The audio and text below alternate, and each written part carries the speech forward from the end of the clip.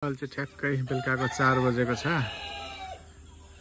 म घरमा छु र यहाँनिर हाम्रो घरमा चाहिँ खरायोले यो बच्चा जन्माएको रहेछ हौ। कतिवटा छ बच्चा? 12 छ यहाँनिर। यी 12 छ। एउटा दुईटा 3 4 5 6 7 8 9 10 11 12 यस्तो हुँदो रहेछ खरायोको बच्चाहरू चाहिँ। सानो सानो आँखै देख्नु, आँखा भर्खर हेर्दैछ। दुईटा मौली जन्माएको। यसले चाहिँ सानो सानो देख्दैन रहेछ आँखै। आज 8 दिन कि 9 दिन भयो। 8 दिन भयो। यस्तो हुँदो रहेछ है। यहाँ एक कुखुराहरूले रमिता हेर्दैछन्। मुसाको बच्चा जस्तो, ठ्याक्कै मुसाकै बच्चा जस्तो हुँदो रहेछ है। पक्लाका पुक्लुको कति मजाले हिँडेको हेर्नु नि। ल मुसाको बच्चा जस्तो देखिँदो रहेछ है। तर कति म हिँडेको हिँड्नु चाहिँ कहाँको त चाहिँ कोही त हिँडेको जाऊ त। यस्तो छ है। यो कुखुराले नि हेर्दैछौ।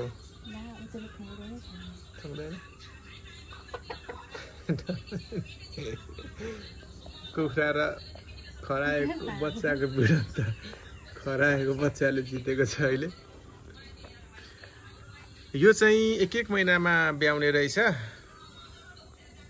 यो चाहिँ पाल्दाखेरि एकैचोटि कति 8वटा 10वटासम्म जन्माउँदो रहेछ यो बच्चाहरूले। बच्चा चाहिँ दुईटा माउ पाल्यो भने लगभग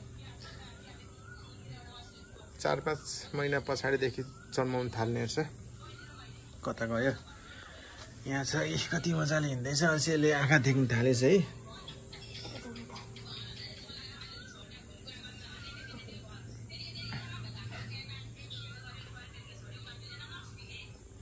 एउटा यसो भुलाउने बाटो माध्यम पनि हुने रहेछ। यसरी बच्चाहरू खेलाउँदाखेरि कति मजाले हिँड्दैछ।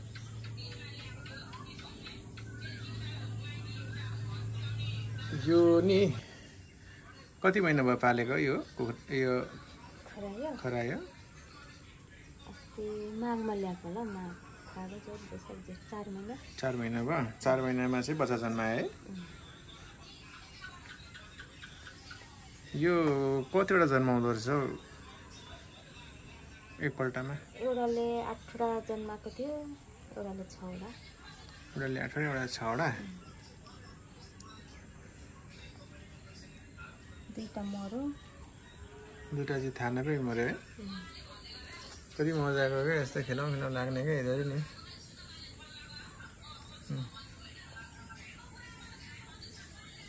सानो बच्चा कहिले कति दिनको भयो? लगभग 1 हप्ताको भयो होला है।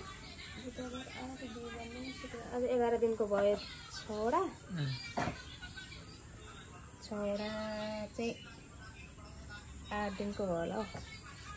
तिनीहरूलाई भोक लागेको जस्तो चाहिँ जाडो भयो यिनीहरू। यसले आँखा नहेर्दो रहेछ। आँखा चाहिँ लगभग 10 देखि 15 दिनभित्रमा मजाले हेर्ने रहेछ होइन आँखा।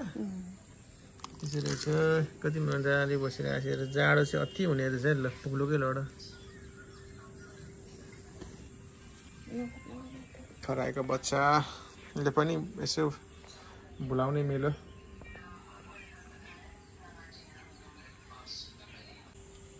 यस्तै हो गाउँले जीवन। गाउँमा बसेपछि यस्तै खेतीपाती, अनि त्यस पछाडि यस्तै खरायो, कुखुरा, बाख्रा, गाईबस्तु हेर्नुपर्ने हुन्छ। के भिडियो लगाएछ भनेर माइन्ड नगर्नु होला। मन पर्यो भने चाहिँ सेयर गरिदिनु होला है। यस्तै हो अब गाउँको जीवन। यस्तै के अरे यस्तै खरायो, यस्तै खालको अब चाहिँ हरेक कुराहरू पाल्ने, रमाउने, जिन्दगी कटाउने। यसरी नै गाउँमा अरू के नै हुन्छ र।